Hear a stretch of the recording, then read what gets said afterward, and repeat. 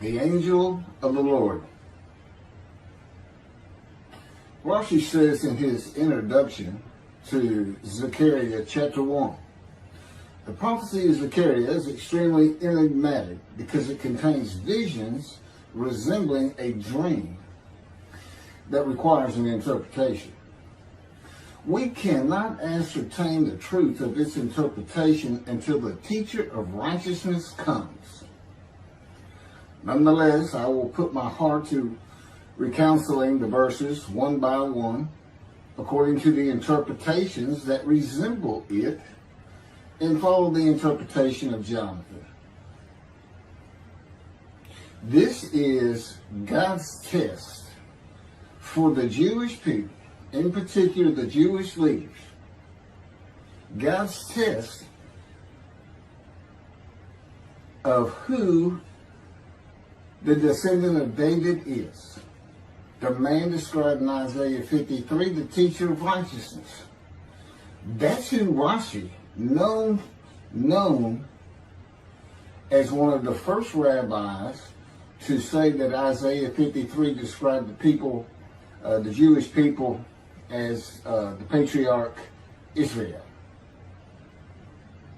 Then here he is in Zechariah saying we got to have the to know the truth of at least chapter 1 of Zechariah, to know its truth, because we can't do it, and no Jewish man, religious, academic, commentator, or otherwise, has ever had the answer to this. And yet this video is going to give it to you. Why? I'm a teacher of righteousness. This is Zechariah chapter 1, verses 7 through 12. That's the preamble that Rashi leads into before he starts his commentary. And this is in midrash form. That's where I take parts of a verse and interpret each in individual segments. Verse 7. On the 24th day of the 11th month of the second year of Darius, the month of Shabbat, this word of the Lord came to the prophet Zechariah, son of Berechiah, son of Edo. This word of the Lord. This verse continues with, in the night I had a vision, which is not a word of the Lord. The word of the Lord coming to Zechariah means the messenger of the words of God has come to Zechariah, who is the angel of God's presence, and the word of the Lord. Literally, that's his name.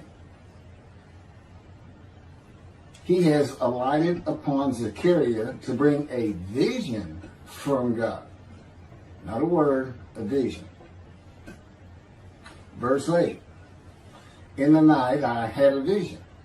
I saw a man mounted on a bay horse standing among the myrtles in the deep, and behind him were bay, sorrel, and white horses. In the night I had a vision. There's a man on a horse standing in the myrtles. He is later referred to as the angel of the Lord, standing in the myrtles. The angel of the Lord alights upon and enters men, and my name, Hashem, is in him and can speak through the man. Zechariah has an angel with him who is his guide in the vision. The deep is like a valley Zechariah is looking down on, filled with myrtle trees, and then an open area below that is where the bay, sorrel, and white horses are. Verse 9. I asked, what are those, my Lord? And the angel who talked with me answered, I will let you know what they are. What are those, my Lord? Zechariah is not talking to the angel. That's an angel. It's not my Lord. Who answered, but who never lets him know what they are. he is asking the man standing among the myrtles on a bay horse about the horses in the open area and calls him my Lord. Verse 10. Then the man who was standing among the myrtles spoke up and said, these were sent out by the Lord to roam the earth. Then the man who was standing among the myrtles spoke up and said, again, this is midrash form. Okay, so the man standing in the myrtles answers the question of Zechariah, not the angel who is with Zechariah. Verse 11, and in fact, they reported to the angel of the Lord, who was standing among the myrtles. We have roamed the earth and have found all the earth dwelling in tranquility. And it's just like a dream. We have horses talking. You know, there could have been birds. Anything that can go far and go a long ways out and then come back. In this case, for this story or for this dream that was given to Zechariah, it's horses. And in fact, they reported to the angel of the Lord. They who reported are the horses who have gone to and fro throughout the earth, and they spoke the report to the angel of the Lord, who was standing among the myrtles. The angel of the Lord, who was standing among the myrtles, has alighted upon and entered the man standing amongst the myrtles. The angel of the Lord is using this man as his visible presence. You cannot see the angel of the Lord. Just as he once used a burning bush for his visible presence, and God spoke through him to Moses. Not just as his visible presence, he also used the man to say, these were sent out by the Lord to roam the earth. In other words, it sounded like the answer was coming from this man, but it's coming from the angel of the Lord, and God is in that angel, his presence, because that's the angel of his presence. You can find that in Isaiah chapter 63. I don't recall the verse. I never see anything on the angel of his presence. Wherever God's presence is, the presence that enters the temple, I never hear any mention of the angel that has to be with him. Why? It's the angel of his presence, who is the angel of the Lord. Yeah, I believe, and I'm not certain about this, but I've heard it at least one or two times, and that is Christianity believes the angel of the Lord is Jesus Christ. Thereupon the angel of the Lord exclaimed, O Lord of hosts, how long will you withhold pardon from Jerusalem and the towns of Judah, which you placed under a curse 70 years ago? Thereupon the angel of the Lord exclaimed. Okay, so the angel of the Lord exclaimed through the man.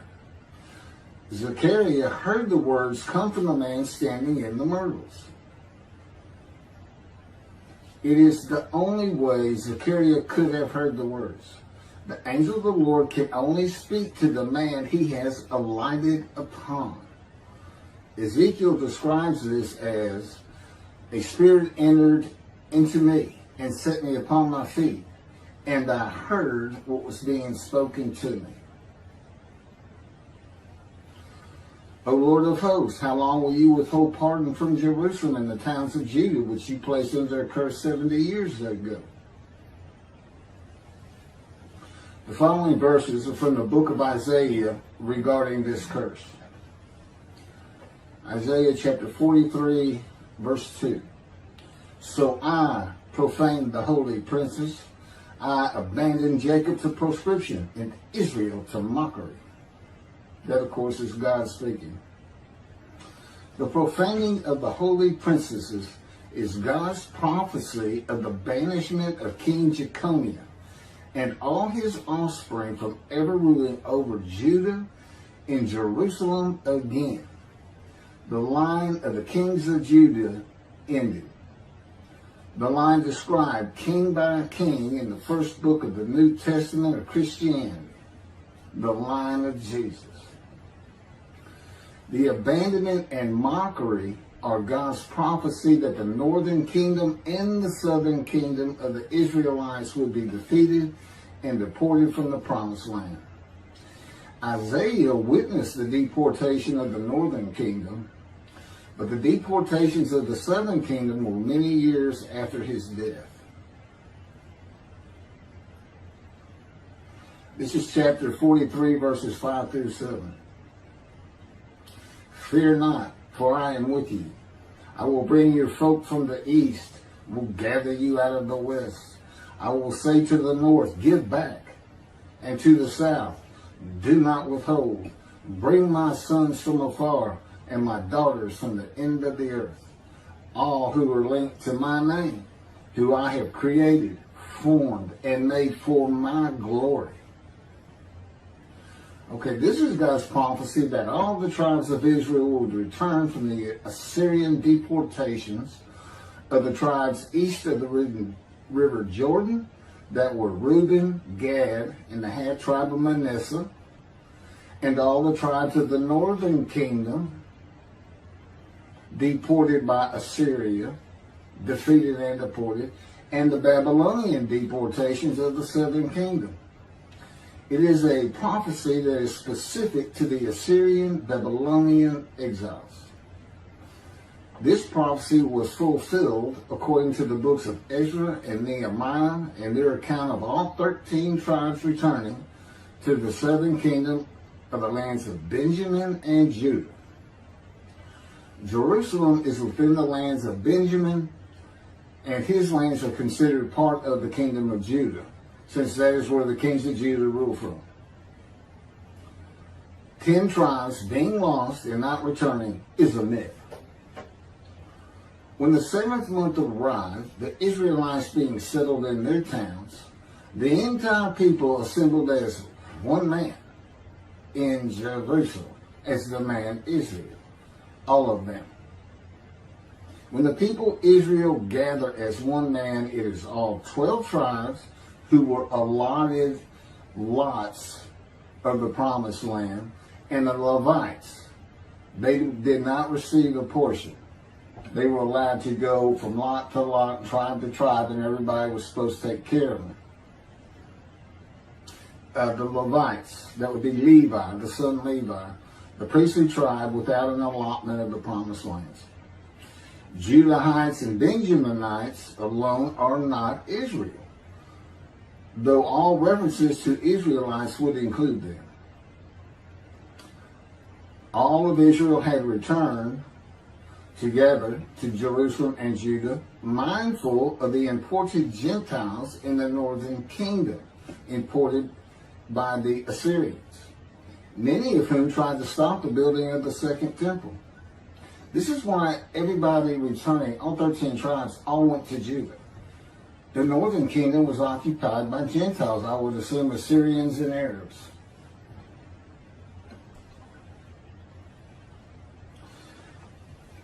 This is 1 Chronicles chapter 9, verses 2 and 3. The first to settle in their towns on their property were Israelites, priests, Levites, and temple servants, while some of the Judahites and some of the Benjamites and some of the Ephraimites and Manassesites settled in Jerusalem. That would be Ephraim and Manasseh. Manasseh was such a large tribe, it had to be broken in. It was broken in two. Half of it set up, their allotment was east of the river Jordan by about where Edom would be. And well, that was the tribe of Gad. Not Edom, Gilead, where the Tishbite, Elijah, the Gentile, was an inhabitant. Ramoth Gilead. Manassites, Ephraimites, and Judahites were the tribes with the largest allotment of the lands of Abraham, and Jerusalem is in the lands of the Benjamites. Those are who just got mentioned. The 3 largest lot owners. Okay, Benjamin, that's where Jerusalem is. He's important. And of course the priests, the Levites.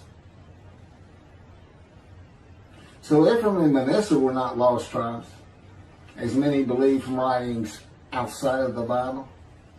There never were lost tribes according to the Bible. Okay, so all 13 tribes returned and settled in new towns. The accounts of the deportations indicate there was not much left of the old towns. There is no account of how the new towns were settled, though it is unlikely it was based on prior ownership. The exile lasted too long for the deported owners to still be alive, and the tribes of the northern kingdom had to build new towns to live in. It also says the Levites settled in on their lands. So everybody had to pick and choose, and I'm sure the strong and wealthy got the best places, and again, many just settled in Jerusalem. Okay, this is Isaiah chapter 43, verse 14. Thus said the Lord, your Redeemer, the Holy One of Israel, for your sake I send to Babylon. I will bring down all her bars, and the Chaldeans shall raise their voice in lamentation. This is God's prophecy that Assyria would be conquered by the Babylonians, who were defeated by the Chaldeans. But they actually go back and forth and actually became somewhat intermingled, Chaldeans and Babylonians. And that he would raise up the Gentile anointed king Cyrus of Persia to conquer them, to clear the way for all the tribes to return. That's how he cleared the way to the desert or made rivers for them. Basically, he got Cyrus to release them. Chapter 43, verse 25. And I never hear anything about this.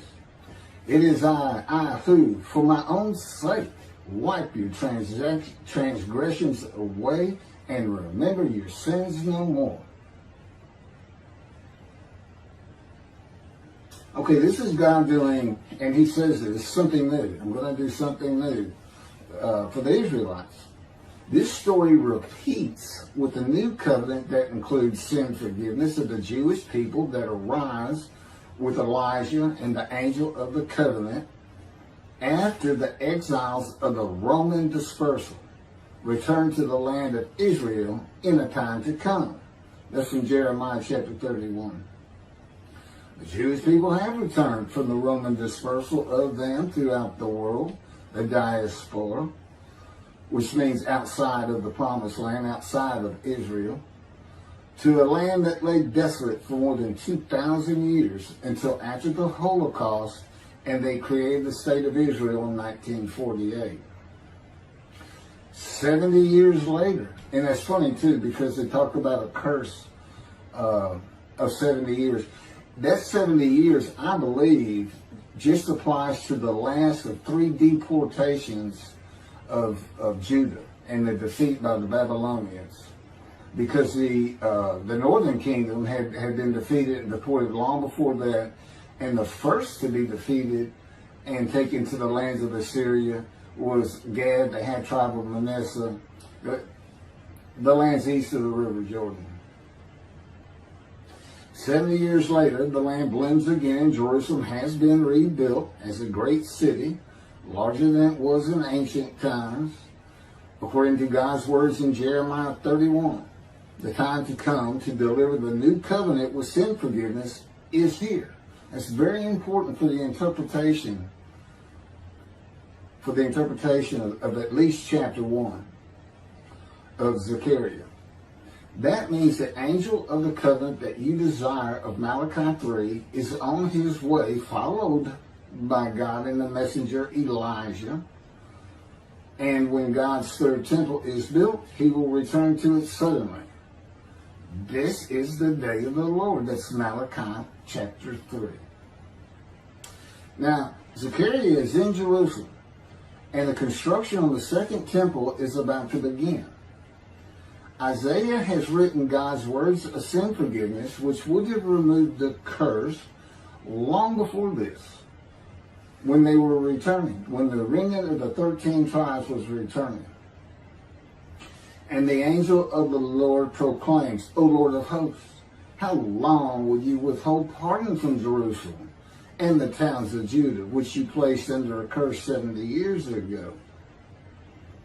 Okay, this vision of Zechariah and the words of the angel of the Lord through the man standing in the myrtles regarding the curse 70 years ago is to make Zechariah think and try to understand why the angel of the Lord would say this. From his perspective, the curse was lifted. He was back in Jerusalem with all the tribes preparing to build the second temple. The vision is for Zechariah to find out how and when the curse was lifted. And that's important today, because this is the day of the Lord. The new covenant is here, and every single Jew throughout the world is forgiven of their sins right now. And that message has been given to me to be delivered. And it's not getting out there. It's just not getting out there. And that's what happened here. Because if you read Ezra and Nehemiah, it's clear they had no idea that their slaves had been claimed. And sitting and continue, once you know that God has just said, okay, I'm not going to remember any of that. Let's all start fresh. I'm here with the covenant of friendship. Let's everybody start being observant Jews. Okay? Which would include going to Yom Kippur.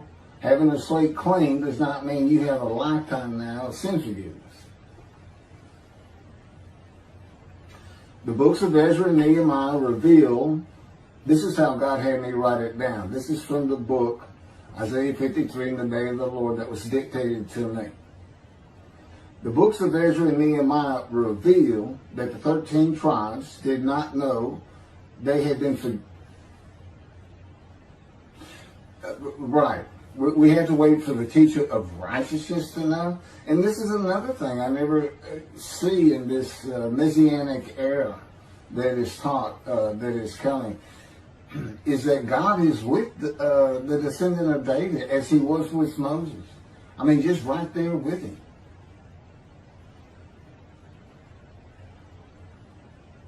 The books of Ezra and Nehemiah reveal that the 13 tribes did not know they had been forgiven of their sins to be a holy seed in the building of the second temple. If people know they have been forgiven and have a clean slate from past transgressions against God and his laws, they are more likely to stop their sinful ways and abide by his laws in the future.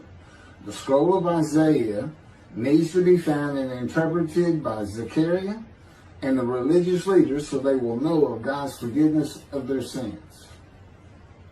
God will be returning before the temple is built. That would be the third temple, to test the devotion of his righteous servant and make him suitable for his purpose, which might prosper. That includes the building of the third temple. This would begin when his spirit alights upon the anointed one, Moshiach. His presence with his righteous servant will be necessary for the temple to be rebuilt. Islam will not freely hand over their third most holy site to Israel and abandon the Dome of the Rock Mosque, a mosque that sits on the Temple Mount purchased by King David for God, the most holy site of the Jewish people. With God is the angel of his presence, who is already on the way. You want me to skip that? Okay, this has been covered in other videos more than once.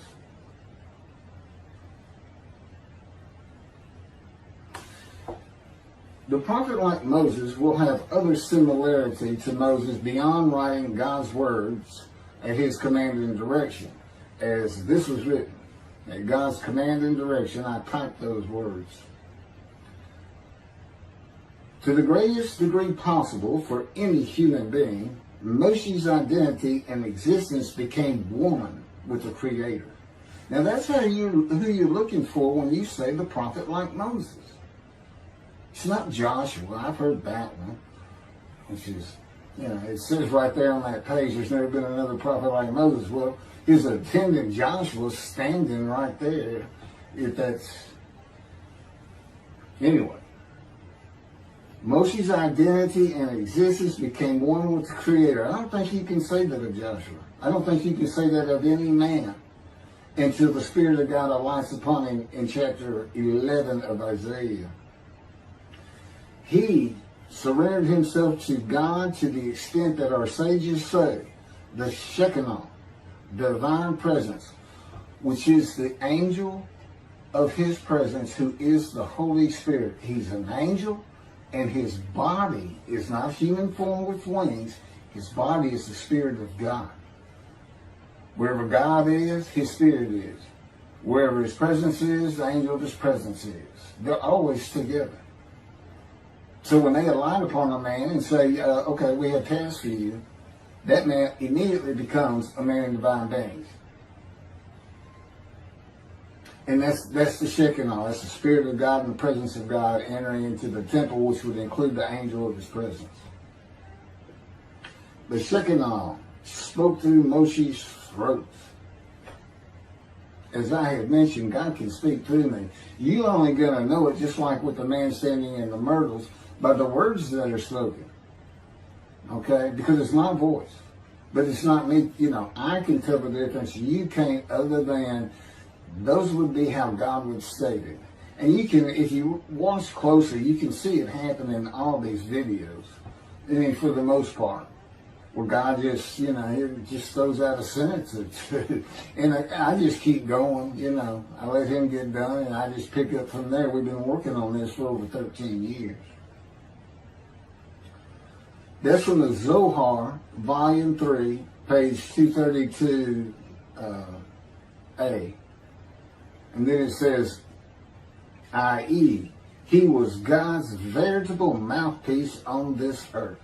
That's from the Sefer Hashikos 5749, Volume 1, page 290, and a footnote. The prophet, like Moses, will also have the answer to these questions.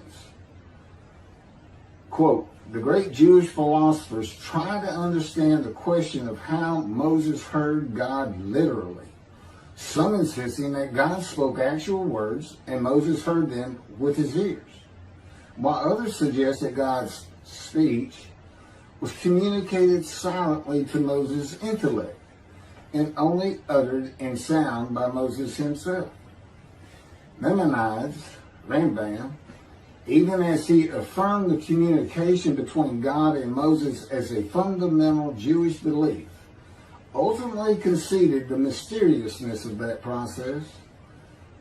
The entire Torah reached Moses from God in a manner which is figuratively described as speech, but no one has ever known how that took place except Moses himself, whom that speech reached.